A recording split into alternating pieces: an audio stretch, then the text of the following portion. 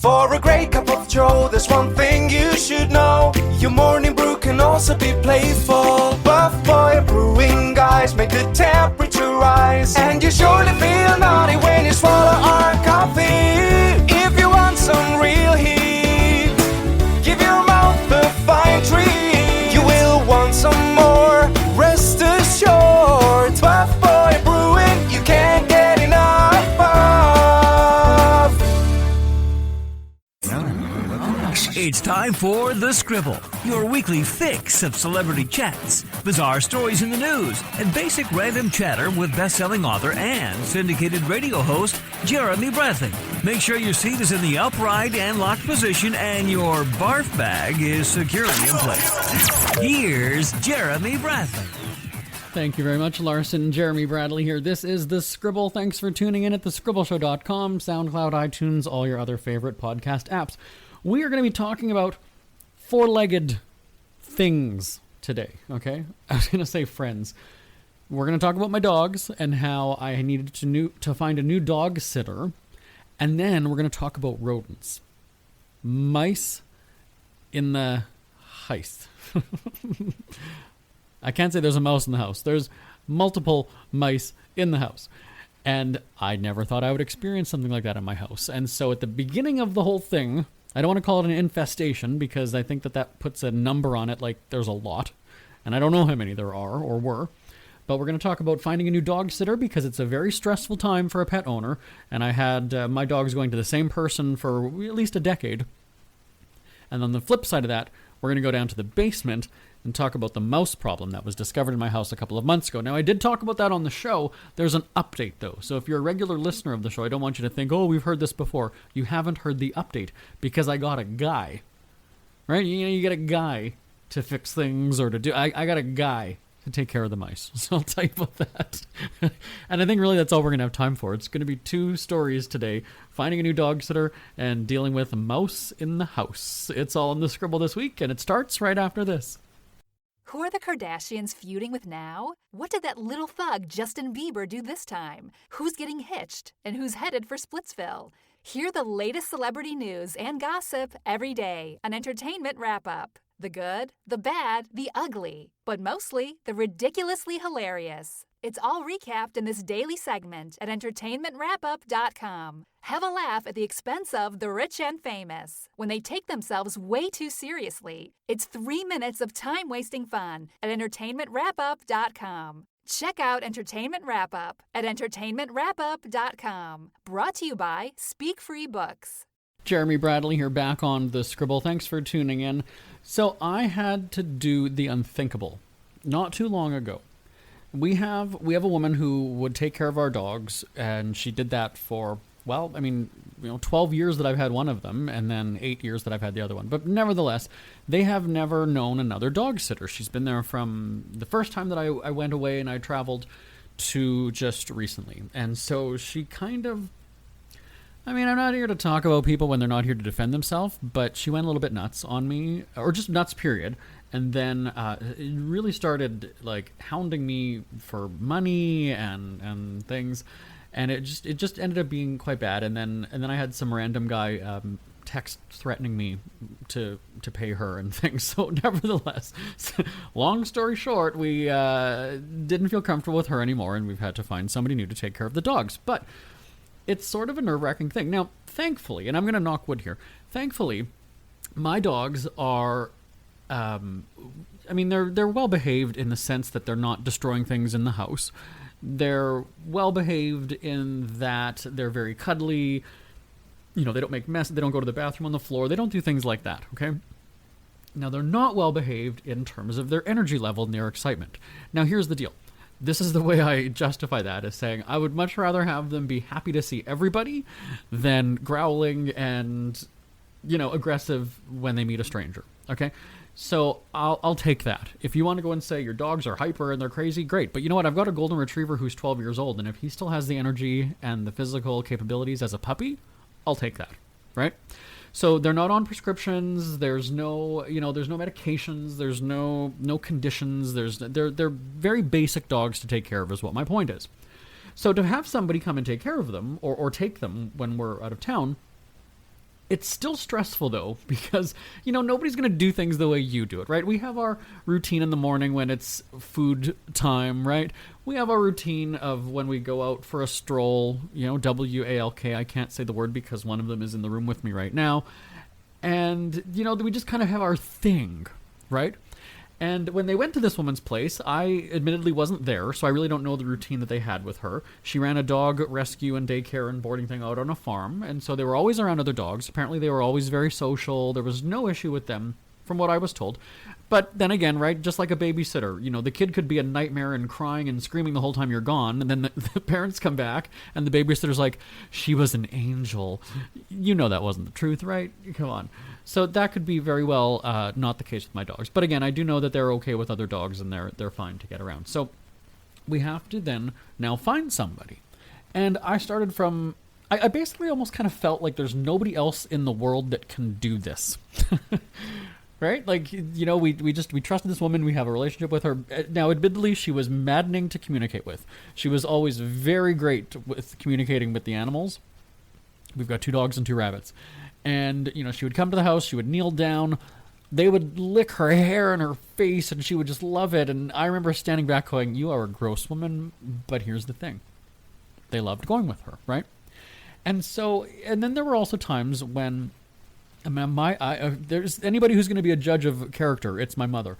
And so there's times when my schedule, if I've had to leave town, go to the airport, whatever, that my mom would come to the house, and then she would send the dogs with this woman, right? Because if I had to leave at like 5 a.m. or something, she's not going to come to my house then. So she would come like at noon or whatever. They would meet up at the house, and then my mom would send them with her. And so my mom would tell me, she would text me when I'm away, they just love her. When they see her coming up the sidewalk, they're going crazy. So there's that reassurance of, okay, you know what? It's all right that they're going with her. They like her. They have a fun time. They look forward to going. Well, now that she's a crazy Fruit Loop, we have to start at the beginning. So I didn't realize that there's apps for like doggy daycare, dog boarding, dog sitting. And again, I'm very selective on that. I'm just kind of like, that just seems so impersonal. So I'm not going to name the app, but it's a dog sitting app. And I'm very casual where it's like, I'll just give you a call. I'll just email you. Like if I want to ask you a question or something, I want to do that. Well, you can't do that. I had to sign up, create a profile, and then message people in the app. And so I would say to people, I would message them if they were in my neighborhood. I started to look for people in the neighborhood. And I would say, hey, you know what? I don't do the app thing. Because I didn't even download the app. I just went through the website. So I was using like the web version of the app. And I said, can you just shoot me an email? Like, I'd like to talk to you about my dogs, da-da-da-da. There were so many people that I guess are following the rules because the rules say not to communicate off of here. And not to give your personal information. Excuse me. If you're going to be taking my dogs, I absolutely need to know your last name, your phone number, your address. Yeah, not a chance. I can appreciate that these people have all gone through some sort of criminal background check or whatever to be accepted on the app. Not good enough for me. I need your phone. I'm not relying on an app to, log in and do this. You're calling me the second something happens with my dog. Best be believing that, okay? So I met up with a couple of people. There was one guy that I met up with at the park. I said, here's the thing. He had a black lab. And I said, well, that would be cool. Like, why don't we meet at the park? I'm going to be out walking the dogs. And so let's meet up at the park. And then you can, the dogs can meet each other and just sort of see, do they get along? How's this going to work? Because I wanted to get this taken care of at least several weeks before I was going away, right? I didn't want to do this a couple days before, and then I'm scrambling, and if it doesn't work out. He's a graphic designer, apparently works from home. So I was kind of like, okay, I've worked with graphic designers, right? He's an entrepreneur. He's doing his own thing. Great, cool. So we get there, and it was sort of like an awkward first date is kind of how it worked, where we didn't quite know sort of what to ask each other. The dogs were running around, and I wanted to see how he was interacting with him, or with the dog, with how they were interacting with him. I wasn't sure if he was going to start to ask me, like, are they on medication? Have they had their shots? Whatever. Because some of the people who I'd previously messaged and who broke the rules and emailed me were asking those kinds of things. And so he didn't ask me that, and I was like, okay, well, whatever. But again, even when you go to a dog park, right, you don't go around to everybody. Excuse me, has your dog had their shots? Has your dog had the shot? Are you okay? Nobody's got rabies. Everybody's fine. And so I was kind of like, okay. So we started to laugh about the app and how I said, well, really, what's stopping anybody from just meeting like this and saying, okay, well, let's just connect off of the website or off of the app, because apparently the app takes a cut from what I pay, or they charge me a fee and they take a cut of what I'd be paying him. So I said, well, that's a really stupid business model. Yeah, like what's the... So he said, okay, well, I'm actually going to be having my mother-in-law's dog for a couple weeks, and she's an older dog, she's not that active, and I just don't think that it would be good. And I said, I respect that totally. What I'd like to do, though, is have a trial run where maybe you take them to your place for a few hours and we see how it goes.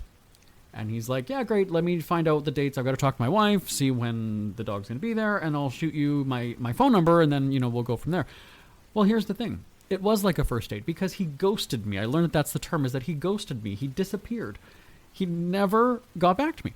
So then I emailed him maybe about like 2 weeks later, and I just said like, hey, is this like, are we still on with this? Like what? Still no reply. And then I gave him a few more days, and I wrote back and I just said hello. Still never had a reply. So here's my deal. Obviously I'm not going with him, right? But I kind of thought, should I write a review for him? Because here's the thing, you can politely say, you can email me and just say, you know what, their energy level is just too much. Like, lie to me then, right? Or maybe he thought I was weird by trying to make small talk about him being a graphic designer, right? Like, I don't know. But at least be professional and communicate with me and say, you know what, I just don't think it's a good fit, sorry. But to just disappear on an app where you're listing yourself for people. So that to me screams about his professionalism or lack thereof. So should I write a review and just comment and say in this guy, like, you know what, he didn't take my dogs, but I didn't have the opportunity because he just disappeared after meeting and said that he would follow up, and I've never heard from him again. Is that going to make you feel comfortable about how he communicates when you're away? And if you're going to be checking in with him and you don't hear from him, that could be a problem. So what do you think? Send me an email, live@jbonair.com. live@jbonair.com. I eventually did find somebody who actually lives a little bit closer. And we did sort of the same thing. I met up with her at the park, and she, the dogs just loved her. And then they're running around, and I told her, like, you're going to be running around the field with us if you're coming, if you're meeting us at this place. If we were just going for a regular walk or whatever, not a big deal. And so the dog, and again, I can pretty much guarantee the dogs are going to, be excited to meet somebody new. So that wasn't a question. And then, she's like, oh, they're great, whatever. And I said, well, here's the deal. Like, why don't we in a few days connect again, take them to your place for like an hour or two. It's not like I'm saying, oh, here, I need a date night. Can you watch the dog? No. Take them for an hour, bring them back, whatever. And so we arranged that. She picked them up. That my reasoning for that is I don't want to go there because when I used to go to the farm to drop them off at the other place, they would try to chase the car. They're like, where are you going? So I said, and then they'll be like scratching at your door and it'll just be a problem. So what I would prefer is that they've met you once and then they're going to see you come to our house. They're going to go to your place and then they're going to come back here so that they know they're coming back home, right? They're going to associate, we come here for a little bit and then we go back home.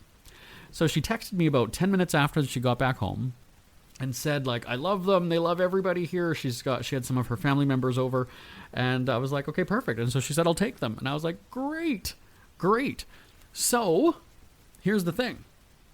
This upcoming weekend is the first time she's taking them. And I'm going out of town. Do you think I'm going to be able to get that out of my head? Or do you think I'm going to be that neurotic parent? Am I going to be that neurotic guy who's like, is everything okay? Is everything okay? Send me an email. Tell me if it is. But what I did in the past with that other woman was, because I was going out of town, I would actually sort of put it on my mom. I would go and say, well, you coordinate, you guys. Like, I can't be the middle person. I'm not in the city. I'm not even in the country. So you know what? You guys figure it out.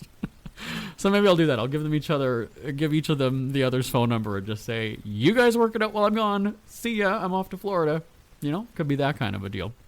Tell me, are you that? And it's not even about being protective. It's just kind of like, it's got to be the right person. You got to just get a feeling. Tell me what you think. Live@jbonair.com. Isn't it crazy that you wait for payday, but before you know it, you're strapped for cash again? It's time to stop blowing your money and become a smart spender with the book, The Official Guide to Being an American Cheapskate at cheapskatebook.com. Learn simple ways to cut costs at home every day and during special times of the year. Don't go broke at Christmas. Don't remortgage the house for a fancy vacation. The book is filled with tips to save you money throughout the year. Check out the best-selling book, The Official Guide to Being an American Cheapskate at cheapskatebook.com or on Amazon and iTunes. Ever had something to get off your chest but never had the balls to say it? That's a load of crap. Speak Free with JB.com is exactly what you've been waiting for. Your chance to tell it like it is and not care what anybody else thinks. Have your say on issues of the day. Join newspaper and radio columnist Jeremy Bradley as he tells it like it is. Hundreds of thousands of people have stopped by, including some well-known celebrities who have had a chat with JB and speak candidly about what's really going on in the world. You can join them too. Have a rant or a rave. Be brave and head on over to www.speakfreewithjb.com now. Jeremy Bradley here on the Scribble. I have a cleaning person who comes to the house, so that's my full disclosure right at the top of this story is I do not clean my house. But don't think it's a sty because I have somebody who cleans it for me, okay? And I feel that if you have... let me start that again. I felt that if you have mice in your house, that is an indication that you have a filthy house. Until now, okay? So, here's the deal. I've had a change of heart. Now, I talked about this probably maybe a month or two ago on the podcast here, where I was going out grocery shopping one day, and I went into the cupboard where the bags are, and there was a paper bag that was shredded, and then what I thought, again, in the moment, I was talking on the phone, I was running around doing a bunch of things at the same time, what I thought to be was black rice. Like old rice. I thought maybe something had spilled on one of the bags, and then it was just, it dumped out of the bag. Then as I left the house, I was sort of like, wait a second, was that something else? And so it turns out I had mice, okay? And I should start the story from the beginning. And essentially what I immediately said, I'm not killing them. I will absolutely find those traps that will, like lock them in, and then I can go down the lane and release them, and hopefully they won't find their way back. And that was my thought initially. Well, then one of the fuckers chewed a shoe box, and then a shoe that was in it. And then it was on. It was game on at that point. And so that's when I got those like electrocuting traps, and yeah. But apparently, yes, I looked on the internet, fine. I looked on the internet for some information, but I also consulted local experts, right? Quote unquote experts. And I don't know how you could be an expert. Maybe you know how mice react, but unless you're the mouse whisperer, I don't know that you really know what they're thinking.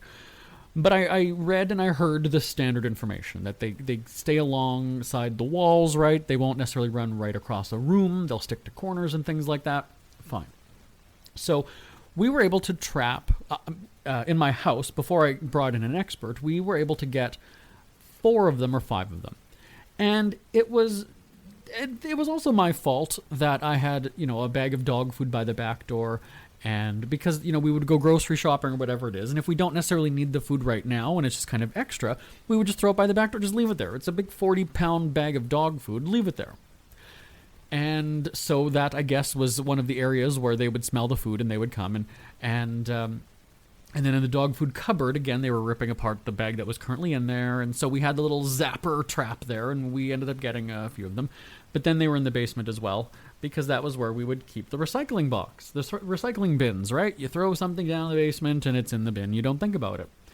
And so when we got 4 or 5 of them, maybe it was 6, I don't recall, I was kind of like, okay, cool. But then when we're sitting in the living room and you hear scratching and gnawing on wood in the cupboard or beneath the cupboard in the kitchen, it creeps you out when you've got pots and pans and, food and stuff in that bottom cupboard. And here's like, I don't care. I honestly did throw out a bunch of the things. I was like, until they're gone, I'm not keeping anything in here. And then I'm replacing all these pots and everything. I'm not the dishwasher, the cleaning lady, whatever. I'm not. I can't eat of these things now. right? I've got it. I just have to. Same thing with the canvas or the cloth shopping bags. Well, there's probably mouse piss and crap. Why would I put my groceries in that, right? So I basically I cleared out those entire cupboards. The cleaning supplies, hey, if you want to gnaw at the bottle of bleach, have at her. I don't care about the poisonous stuff under the sink. That can kill you, great. But it just became this feeling of like, I don't want to go into my kitchen. I don't want to go into the basement. Fortunately, they weren't in the living room, the bathroom, the bedroom upstairs. It seemed like they were confined to the rec room and the laundry room downstairs, and then underneath the kitchen cupboard. So they were in the cupboard and then somehow underneath it, because we would have the cupboard doors open, and then when you hear it, right, we would kind of go and creep to see. And they weren't in the cupboard. They were somehow between the floor and the kitchen cupboard is kind of what happened. And so we bring in a guy, right? We find a guy listed online as, this exterminator, whatever you call it. And he has this little concoction of things, and he said it's not poisonous. And I said, okay, great, but then how does it kill them? He says, well, they're going to eat enough of it and it'll kill them. Still never exactly answering my question. And again, when you find a guy online, you're sort of, you question that, or you do. And, I've got dogs as well, so we've got to be careful that if it is poisonous or whatever, I just can't do that. And if it does do something to them, well, I'm going to be suing your ass and exterminating you. It's kind of how it works. So anyway, I was kind of like, okay, he comes in like a camo jacket and hat, and I was like, okay, is he a hunter? Like, okay, maybe he knows wildlife and pests and whatever. He does a lot of talking, really makes you believe that he knows what he's saying, and it all makes sense when you sort of think logically about it. And he's got his little secret powdery mix. Can't tell you what's in it. It's peanut butter or peanuts and a bunch of other things, but it's like a proprietary mix. And I said, I have no desire to go into the rat or the mouse killing business. Like, that's why I'm paying you to come here. I don't care. I'm not doing this.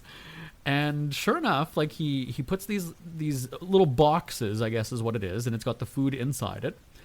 And it was fascinating because he says that about 8 mice would eat out of this one box. So the math that he does is that he puts 5 of them out, these small little black boxes.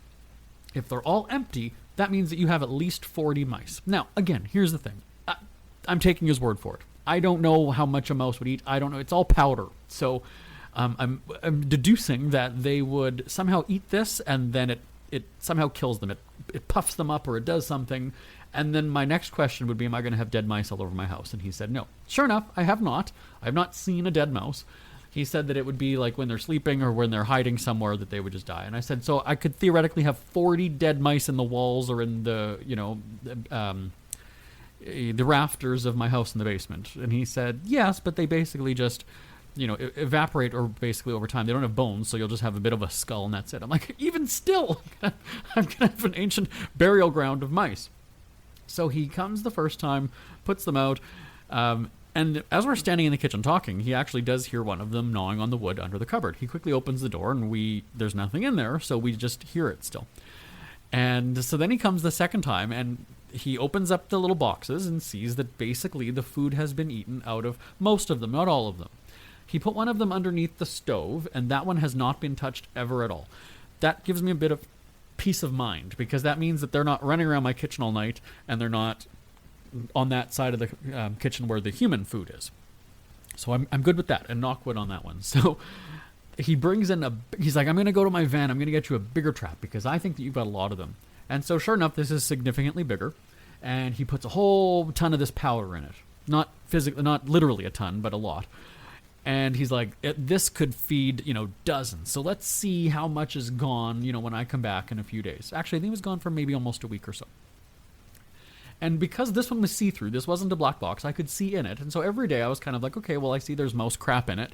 And, obviously they're eating it. But it didn't get emptied. So for me, I was like, okay, it's, there's not as many anymore. So maybe he's got some legitimacy to his claim that this powder is going to be killing them.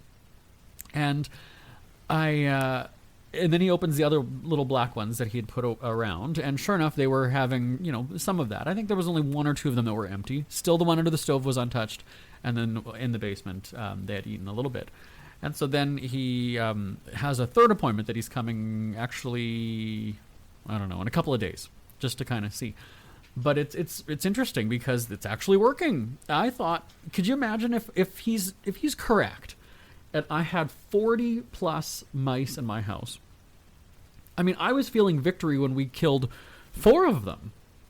You know, I was just kind of like, okay, good, it's done. And then there were so many people who said to me, oh, it's never just 4. It's never just 4.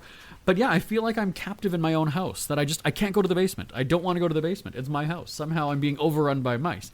Now, like I said, we have never seen them running across the kitchen counter. There's been no indication that they're, you know, on my couch, up in my bed, or anything like that. So I'm fortunate that way. But yeah, you just can't help but feel like until it's, you know, until they're gone and I get the okay that there's no more, well, yes, then we're going to have a professional, you know, cleaning job done because, you know, they carry disease and things like that. And, you know, they're on the basement carpet. So who knows? That's where we go downstairs with the dogs and play and wrestle and things like that. So I can't, you know, until then, it's like basement is off limits, you guys. Nobody's going down there. Yeah. Good thing I've got somebody who does my laundry for me and I don't have to spend much time in the laundry room. But this is the thing, and that's probably why, is that the guy said that these things could have been in the house for about a year and you just wouldn't have known. I wouldn't, as little time as I spend in the basement, in the laundry room and places like that, like I just, you know, if there's not poop and whatever in the middle of the floor, then I wouldn't have noticed it. Like it wasn't until I saw those grocery bags that day. And even when I had the dog food bag in the cupboard, because we drag that bag out every day, twice a day, well, it gets worn. So I just thought it got caught on the hinges, or it was because we pulled it and it ripped, or there was a hole in it. You know, I did not think that there were pests in it, you know? So, but the guy said, you know, you've got to take all your food out of the cupboards, put them in a sealed container in another room, and we've got to starve them so that they're not eating the dog food, that they're not coming back for the crackers in your cupboard or the dog treat, the box of dog biscuits at the back door or whatever it is. And so I was kind of like, yeah, okay. And sure enough, he's like, now they've got nothing to eat, so they are coming to my food. They have to come and eat this. And I was like, okay, that seems logical, right? It makes sense. So anyway, so we'll find out. But yeah, basically he says that he feels like the mice have been on the loose in my house for about a year. Isn't that interesting? Doesn't that make you feel like weirded out though? You're just kind of like, ugh, they've been breeding and pooping and peeing and everything all over my house. It's just creepy. I don't know. Have you ever had a mouse infestation? And again, he was telling me these, you know, tragic stories of people who literally, you know, he'll be standing in the kitchen and then they're literally running across the cupboard or on top of the fridge or whatever. Thankfully, we're not at that point. But send me an email. Tell me about your mouse in the house stories live at jbonair.com. It's never too early to start thinking about your next holiday. Have you checked out Mexico recently? From tequila tasting, swimming with horses, to ziplining through the jungle and watching whales and dolphins in their natural habitat, Puerto Vallarta has it all. Visit mexico.jbonair.com to see all the fun PV has to offer. That's at mexico.jbonair.com for hundreds of photos, interviews, and videos from around the tourist hotspot. Check out mexico.jbonair.com for all the fun. That's mexico.jbonair.com. We hear you chirping. Get scribbling. Tweet up the Scribble at The Scribble Show. Join the discussion with Jeremy Bradley. It's all going down right now on Twitter at The Scribble Show and at thescribbleshow.com. Jeremy Bradley here, back on the Scribble. I want to go back to this mouse thing for a second. We've only got barely 2 minutes left. The amount of money that I spent on those electronic zapper traps and things like that, it was cheaper just to call the guy. Like I said at the top of the show, right? The guy. You call the guy. But I thought this wasn't a big deal, right? That it was just a couple and then I could take care of them. And you know, but when you think about, you know, these electronic things that zap them, and like I said, I had a change of heart once they destroyed my shoe. An electronic thing. I don't like the one where it'll like snap their head off or whatever and they could still be alive or whatever. That's not, I don't like that kind of a thing. Yes, so at the beginning I will fully admit that I was against killing them, but then there's just something, you mess with my shoes, man, you know. No, it was honestly, basically what it was I wouldn't be able to have that commitment. I wouldn't be able to go downstairs every day because I don't want it to starve. Time is of the essence. Yes, I realize it just takes a few moments to go downstairs, open it, but it wouldn't be in my regular routine. And so I have a great fear that I would have neglected to, let them out and starve them to death, which would be cruel and things like that. So for me, I thought if there's a humane way to do it, which if they just step on this little thing inside the trap and it electrocutes them and that's it, and it's done, gone, fine. I had no desire to, start having cruelty going on. That's something that I'll always be against that. But frying the fuckers, absolutely. Oh, I dropped an F-bomb 29 minutes into the show. That's how we end things here on the Scribble. Feel free to give me a shout anytime. See, I can't do things like this on the radio. I appreciate the Friday F-bomb. That's how it works here on the Scribble. My email address, live@jbonair.com. Feel free to give me a shout. And again, I always love hearing your thoughts on the discussion topics. So email me or tweet me up at Jeremy D. Bradley. All right? It's been a fun time. I will talk to you next week right here on the Scribble. Bye, everybody. Want more Scribble? Check out thescribbleshow.com for past shows, celebrity interviews, cheapskate tips, and more. That's at thescribbleshow.com and on Twitter at The Scribble Show. The Scribble is a speak-free media presentation. If you want some real heat